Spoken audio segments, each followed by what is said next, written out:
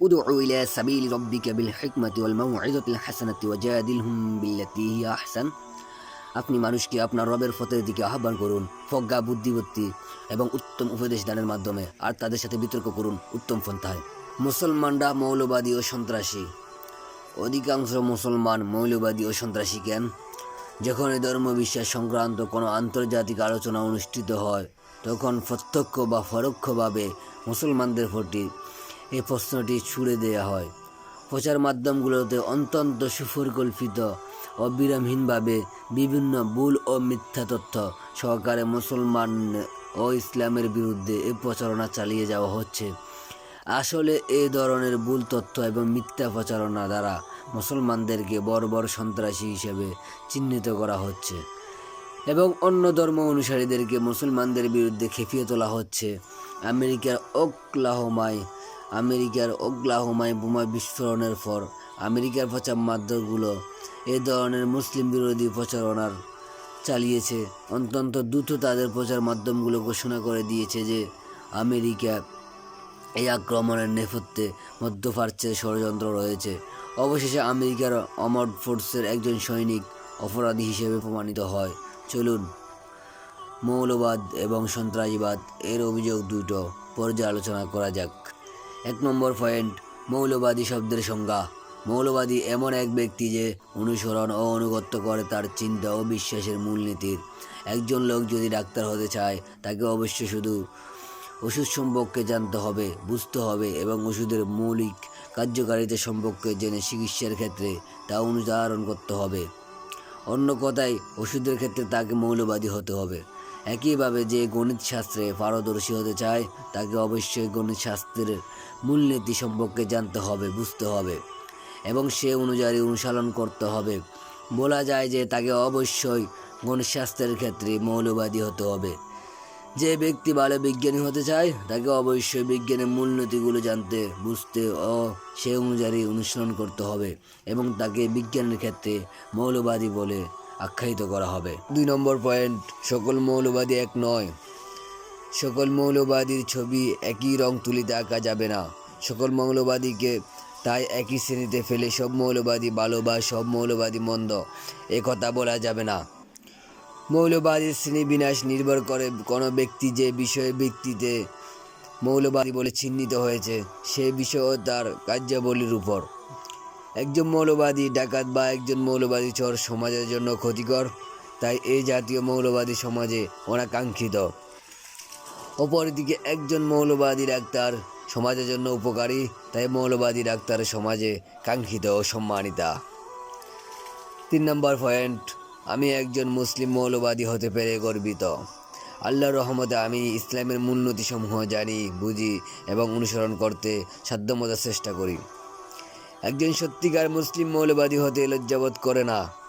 আমি একজন মৌলবাদী মুসলিম হতে পেরে গর্বিত, কারণ আমি জানি ইসলামের মূলনীতিগুলো বিশ্ব মানবতার জন্য কল্যাণকর, মানবজাতির স্বার্থের পক্ষে ক্ষতিকর। ইসলামের এমন একটি মূলনীতিও নেই মানবজাতির স্বার্থের পক্ষে ক্ষতিকর। ইসলামের এমন একটি মূলনীতিও নেই। অনেক মানুষ ইসলাম সম্পর্কে ভুল ধারণা পোষণ করে এবং ইসলামের কিছু কিছু শিক্ষাকে তারা অলৌকিক ও অবিচারমূলক বলে মনে করে। এটা ইসলাম সম্পর্কে তাদের অপ্রতুল ও ভুল জ্ঞানের কারণে হয়েছে। কারণ এর মানুষ যদি মুক্ত মনে সূক্ষ্মভাবে ইসলামের শিক্ষাগুলোকে বিচার বিশ্লেষণ করে, তার প্রকৃত সত্য স্বীকার করতে হবে যে ইসলাম ব্যক্তি ও সমষ্টি উভয় পর্যায়ের জন্য মানব কল্যাণের অন্যান্য বিধান। 4 নম্বর পয়েন্ট, মৌলবাদ শব্দের অভিধানিক অর্থ। ওয়েবস্টার ডিকশনারি অনুযায়ী মৌলবাদ হলো 20 শতাব্দীর প্রথম দিকে আমেরিকার প্রোটেস্ট্যান্ট মতবাদী খ্রিস্টানদের একটি আন্দোলনের নাম। এটা ছিল আধুনিকতাবাদের বিরুদ্ধে একটি প্রতিক্রিয়া, বাইবেলের অকাট্যতার উপর একটি জোর প্রচেষ্টা। তা শুধু বিশ্বাস ও শিক্ষা সংক্রান্ত ব্যাপারে নয়, বরং সাহিত্য ও ঐতিহাসিক তথ্যাদি সংরক্ষণের ক্ষেত্রেও। এই আন্দোলন বাইবেলকে আক্ষরিক অর্থে গড এর বাণী বলে বিশ্বাস করার উপর জোর দেয়।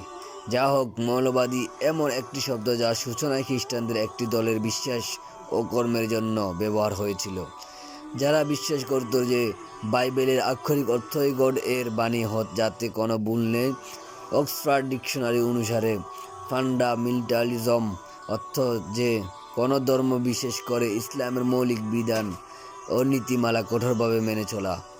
অধুনা কোনো লোক ফান্ডামেন্টালিজম তথা মৌলবাদ শব্দটি উচ্চারণ করলে তার মনে আসে একজন মুসলিমের কথা, যে সন্ত্রাসী। আমাদের 5 নম্বর পয়েন্ট, প্রত্যেক মুসলমানের সত্যের পক্ষে সন্ত্রাসী হওয়া উচিত। দয়া করে বুঝতে ভুল করবেন না, প্রত্যেক মুসলমান একজন সন্ত্রাসী হওয়া উচিত। একই সন্ত্রাসী সেই ব্যক্তি যে সন্ত্রাসের মূল কারণ। ডাকাত যখন এই পুলিশকে দেখে সে আতঙ্কিত হয়ে পড়ে, সুতরাং পুলিশ ডাকাতের জন্য সন্ত্রাসী।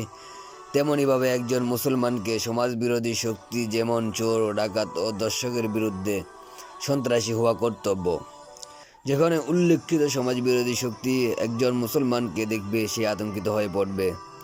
এটা সত্য যে সন্ত্রাসী শব্দটি এমন লোকের জন্য ব্যবহার হয় যে সাধারণ জনগণের জন্য আতঙ্কের কারণ হয়, কিন্তু একজন সত্যিকারের মুসলিম শুধু কিছু লোকের জন্য, যেমন সমাজবিরোধী যারা জনগণের দুঃখ দুর্দশার কারণ হয়, তাদের জন্য সন্ত্রাসী। সমাজের সাধারণ মানুষের জন্য একজন মুসলিম সন্ত্রাসী নয়। সত্যিকারের অর্থে সর্বসাধারণ তথ্য নিরহ জনসাধারণের জন্য একজন মুসলিম হবে শান্তি ও কল্যাণের প্রতীক। 6 নম্বর পয়েন্ট, একই ব্যক্তিকে বিভিন্ন খেতাবে ভূষিত করা। একই ব্যক্তিকে একই কাজের জন্য বিভিন্ন বিশেষণে বিশেষিত করা হয়েছে সন্ত্রাসী ও দেশপ্রেমিক হিসেবে। ব্রিটিশ শাসন থেকে ভারতের স্বাধীনতা লাভের প্রাক্কালে অনেক স্বাধীনতা যোদ্ধা যারা মহাত্মা গান্ধীর অহিংস আন্দোলনের সমর্থন দেয়নি, তাদের প্রতি ব্রিটিশ সরকার সন্ত্রাসী লেবেল লাগিয়ে দিয়েছিল।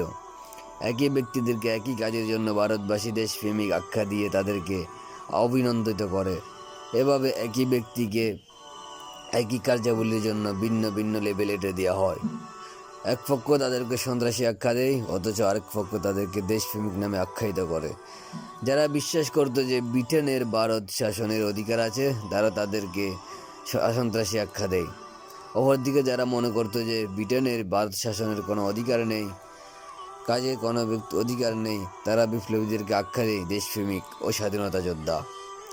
কাজেই কোনো ব্যক্তি সম্পর্কে ভালো মন্দ মন্তব্য করার আগে তার কথা শুনে নিতে হবে, পক্ষে বিপক্ষে সব যুক্তি শুনে নিতে হবে, অবস্থা বিশ্লেষণ করতে হবে, সংশ্লিষ্ট ব্যক্তির উদ্দেশ্যে লক্ষ্য তার কার্যাবলীর কারণ সামনে রেখে তা অনুসরণ বিচার বিশ্লেষণ করতে হবে। 7 নম্বর পয়েন্ট, ইসলাম অর্থ শান্তি। ইসলাম শব্দটি সালাম শব্দ থেকে উদ্ভূত, যার অর্থ শান্তি। ইসলাম শান্তির ধর্ম, যার মূলনীতিসমূহ তার অনুসারীদের সমগ্র বিশ্বে শান্তি প্রতিষ্ঠা করার শিক্ষা দেয় এবং তা বজায় রাখার জন্য কাজ করে যেতে বলে। এতএব প্রত্যেকটি মুসলমানকে মৌলবাদী হতে হবে, অর্থাৎ শান্তির ধর্ম ইসলামের মূলনীতিসমূহ তাকে যথাযথভাবে অনুসরণ করতে হবে। সমাজ বিরোধী শক্তিগুলোর জন্যই সে হবে একজন সন্ত্রাসী তথা আতঙ্ক সৃষ্টিকারী। তাহলে সমাজে শান্তি ও ন্যায় ইনসাফ কমে কমে বৃদ্ধি পাবে এবং এই বুদ্ধির দ্বারাও বজায় থাকবে ইনশাআল্লাহ।